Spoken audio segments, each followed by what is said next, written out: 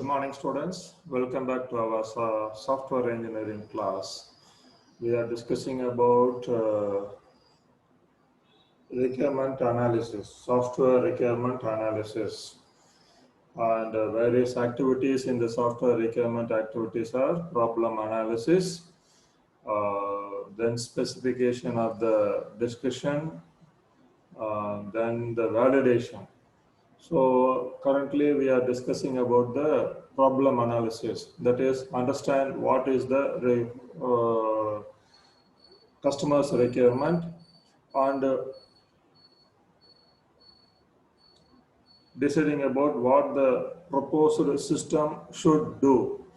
These things comes under problem analysis, and there are at least four methods used to analyze the problem, namely informal approach, then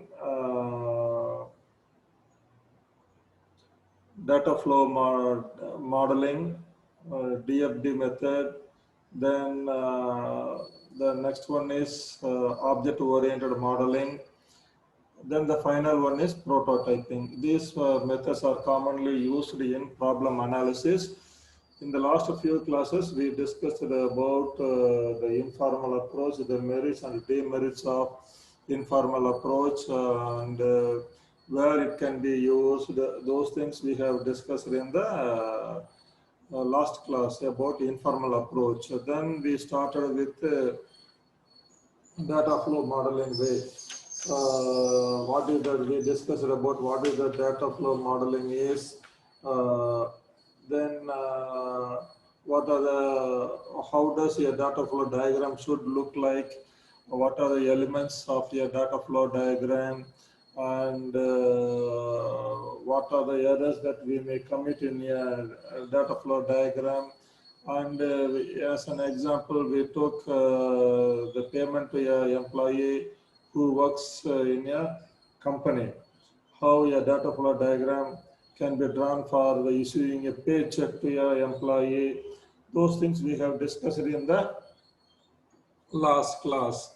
Now, in today's class, we will discuss about object-oriented modeling and prototyping modeling of problem analysis. Before that, we see yet another example of data flow modeling. Okay.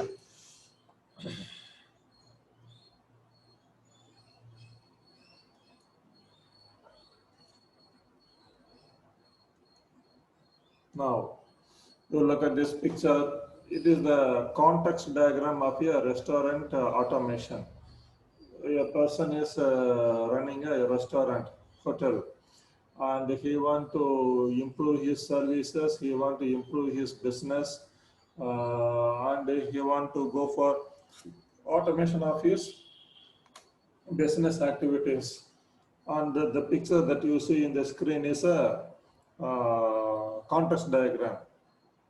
What are the various elements of his business activities?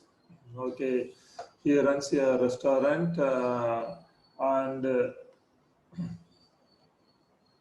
there is a source and sink. Source and sinks are given in the form of rectangles. Okay, then there is a restaurant.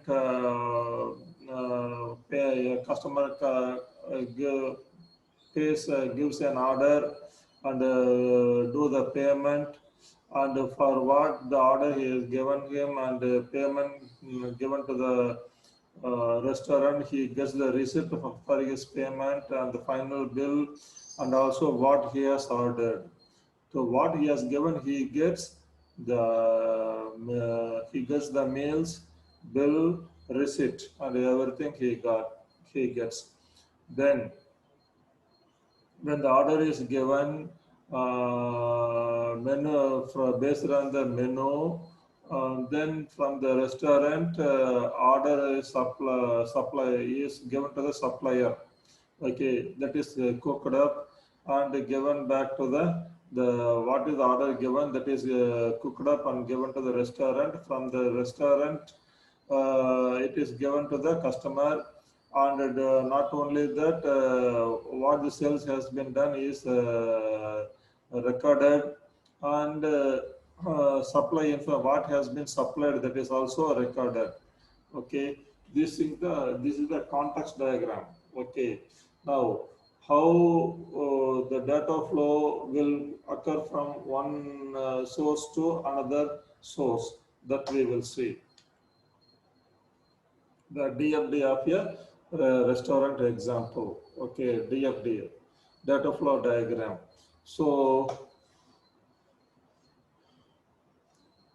the customer, supplier, they are all in the rectangle boxes. Processes are in the circle. So you know that processes are always given in the form of a circle, and you see taking order is an activity, processing order is an activity, producing a bill is an activity, doing the payment is an activity, recording the sale is an activity, receive the suppliers, make the dishes, order suppliers, and make the payment. They are all activities. They are all activities. That is why they are all treated as processes and put in a circle. Now, supply register is an external file, and sales register is another external file used. Okay, then how the data flow comes from one process to another process. You see here, in the whole picture, you see that there is no conditions involved, only flow of data from one area to another area is recorded here, and no looping are is also recorded here. Okay, what does the customer do on entering into the restaurant?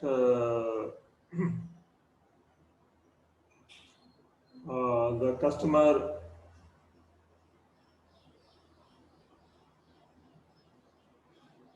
customer gives order, and payment is given. Okay, so to execute the payment process, the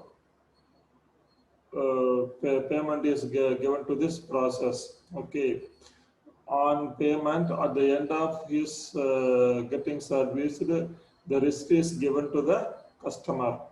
Okay, and also for the payment that is made, and for the order that is given by the customer, the take order service is executed. Then based on the order that is given by the customer is executed in the process order. Then once the order is processed, then bill is produced. Okay, bill is produced, and the bill is also given to the customer. And the process order, the mail is served to the customer. Okay, what are the things that are happening in the process order? Produce bill, then the bill that is produced is recorded in the sales register. Okay, then from the order supplied is taken, and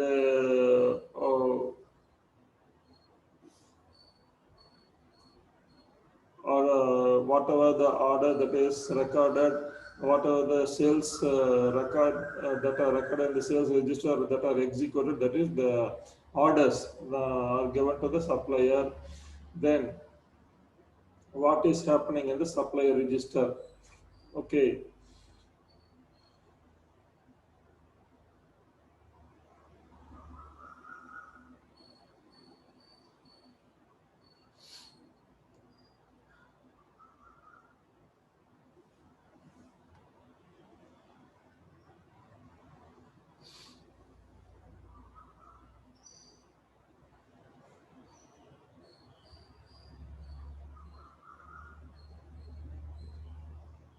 now uh, the order that is given by the customer is processed here, and the make that is the dishes that are made by the supplier, okay, is given to the process order service, and from the process order service the made dishes are given to the customer. Where does this make dishes receive the input? uh,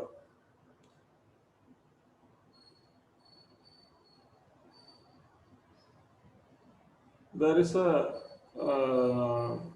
there is some data flow mismatch is here. It has to be corrected. It has to be revamped. It has to be there is no coordination between the supply department, because once the order is taken, some information should be properly given to the supply department. Okay, there is no input from the process order from here to the supply area. So only the thing is that is coming from the supply area is given to the process order.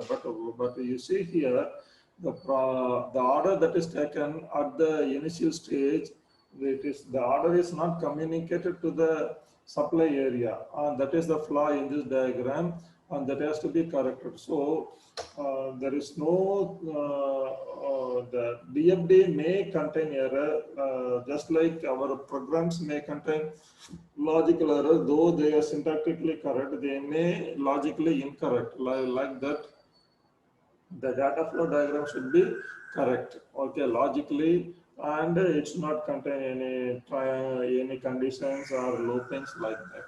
Okay, so this is an example of how you can commit an error in a data flow diagram. Our next method of problem analysis is object-oriented modeling. Object-oriented modeling. Okay, just to get an idea about this object-oriented modeling, just try to understand, try to recall whatever you have studied about object orientation in your previous classes, like Java programming and C++. There we have used some object-oriented concepts. Okay, so you have to recall those things. What is an object? What is a class? And those things. Okay. In this object-oriented modeling, a software system is viewed as a set of objects. So you know what is an object. Uh,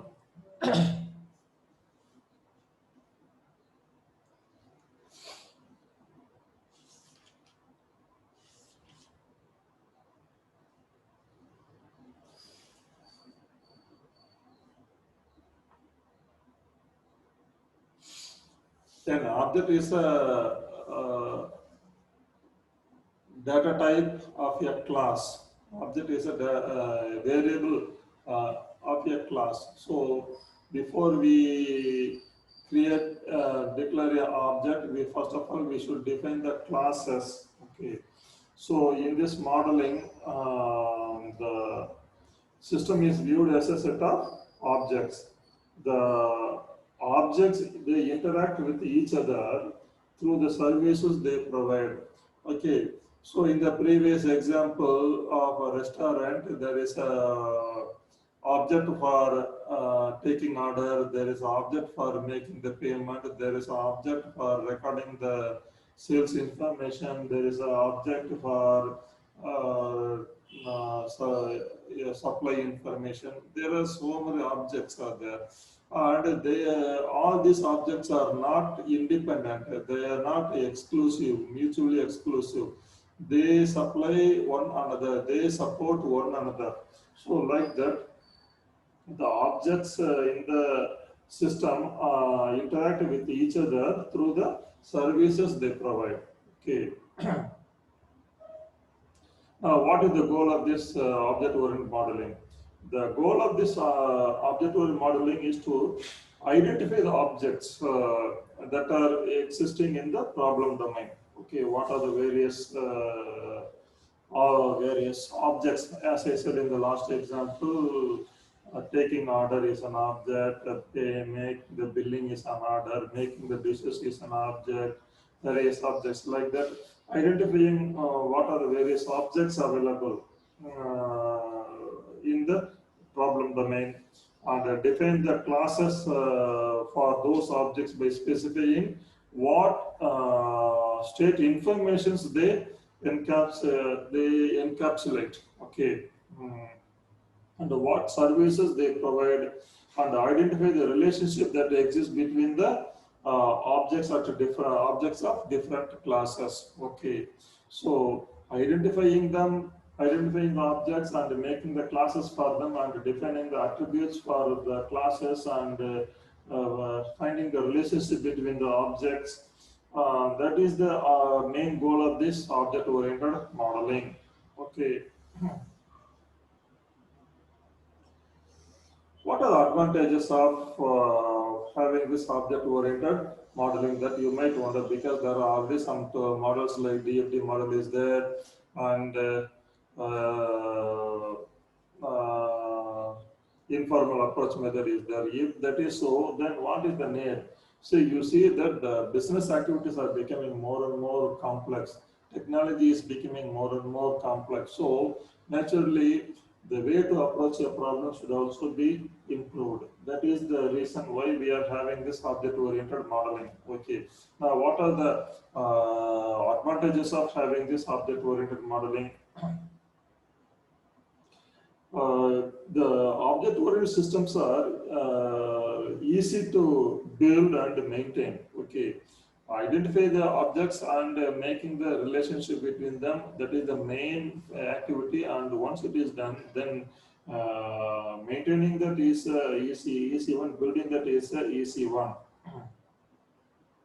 And also translating from the object-oriented analysis to object-oriented designing. So whatever we are doing now is object-oriented analysis only. Transforming our analysis into object-oriented design is an easy one. Easy one. That is the advantage of object-oriented analysis, modeling of problem analysis. Okay. So as I told you, I wanted you to recall whatever you know about object orientation that you have studied in the Java programming or in the C++ programming. Okay, just to recall. In object-oriented modeling technique, the system is viewed as consisting of objects. Okay, that you know. Each object has some attributes. Okay, so we define objects for classes. What is a class? A class is made up of attributes and behavior. Okay, so attributes and behavior. The attributes are the properties, otherwise the properties of the objects. Okay, each object has certain attributes. Okay, in object-oriented systems, the attributes hold the state or the properties of the object. Okay. Basically, this attribute is a data value. Okay, it is an information about that object. Okay, what is a class? You know, a class is basically a user-defined data type. Okay, in a language you can have built-in data type and a user-defined data type. This class is a user-defined data type, and since it is a user-defined data type, you should tell the system what are the operations that you can perform in the user-defined data type, that is the behavior of that class. Okay, and also what are the inputs to these behaviors, that is called the attributes of that class. Okay, and using these attributes, the behaviors are executed. Simply saying, the class is divided into two areas. One is a attribution area and another is a behavior area. Uh, in other words, a class is divided into two areas. One is the variables needed for the class and methods that are using those variables.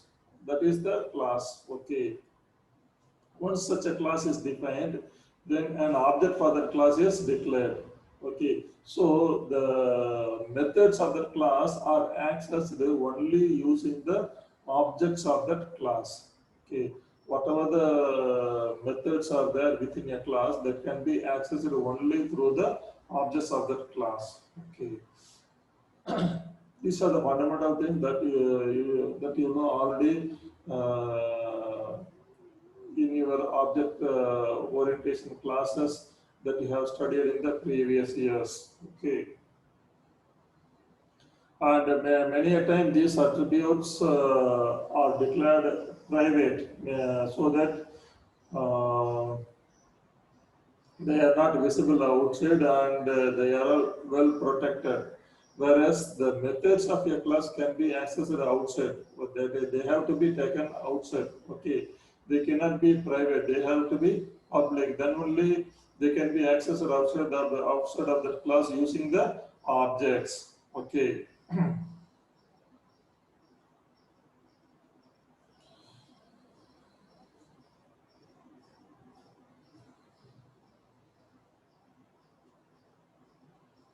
Okay. Coming to class diagrams.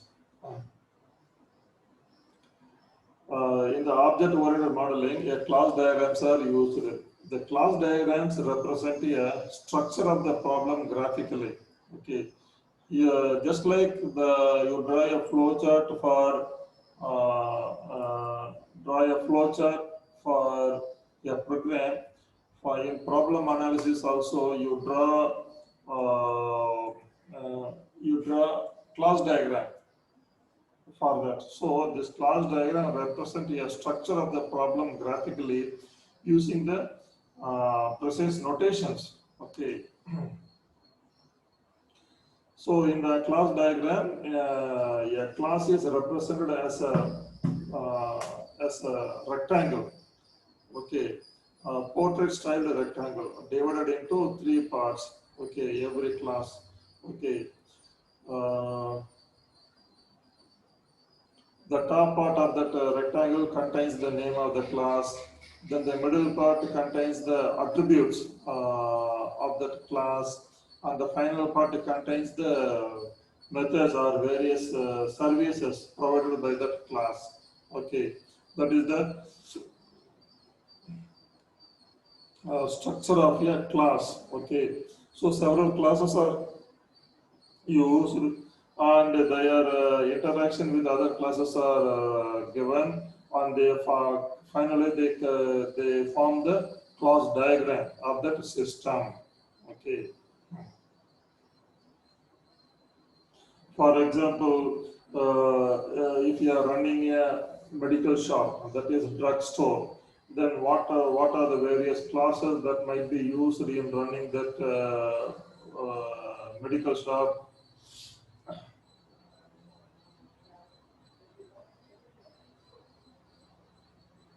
Various classes might like where drugstore about where is it located and what are the sales of about sales. There will be a class for sales. There will be a class for medicine, and there will be a class for chemist, and there will be a class for prescription, and there will be a class for inventory. Those things are part of the medical shop. Okay. Now,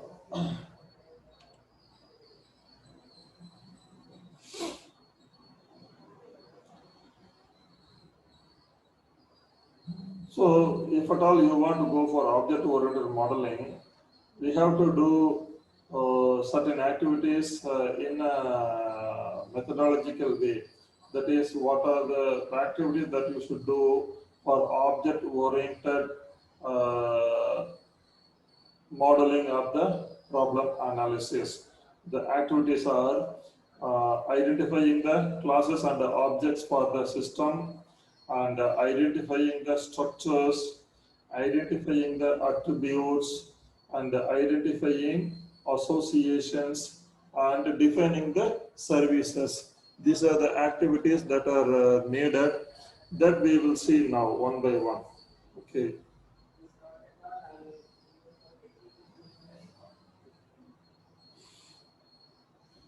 Identifying objects and classes.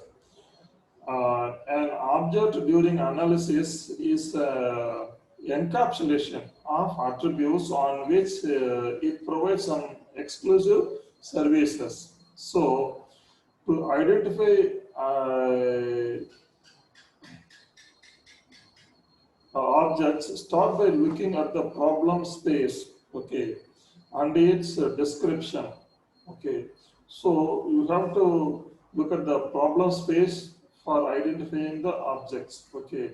Once it is seen, then obtain a brief summary of the problem space. Then in the summary, and other descriptions of the problem space, consider the nouns. What are the various names that you can be given to the various descriptions in the problem space? So, to identify the classes and objects, first of all, you should look at the problem space. Okay, then identifying the structures.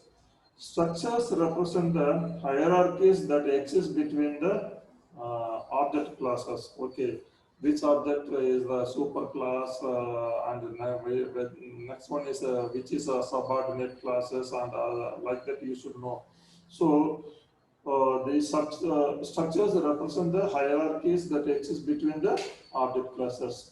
All complex systems have these hierarchies, which is the higher level, next level, like that. Okay. In object-oriented modeling, the hierarchies are defined between the classes that capture that capture the generalization, specialization. Okay. So you should identify the hierarchy. You should establish the hierarchy between the various objects that are, in other words, various classes that are existing, that you have identified in the step one. Okay. Then the identifying the attributes. Okay. See, these attributes add details about the class. Okay, every class has its own properties. That is called attributes. So these attributes are used in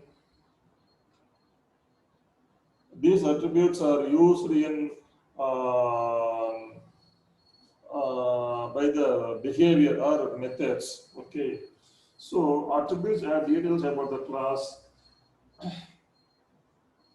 For example, an object of a class might include his name, his age, his address, his height, his blood group. These are all the attributes of a class name, class man. Okay. So for every class, I identify the attributes. Okay.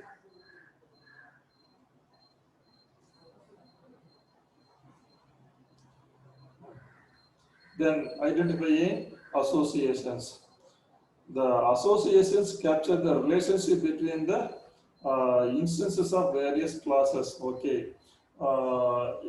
So in other words, what is the relationship between this class and another class? Those things that has to be identified, because no class can be independent of every other class. Okay, they have to be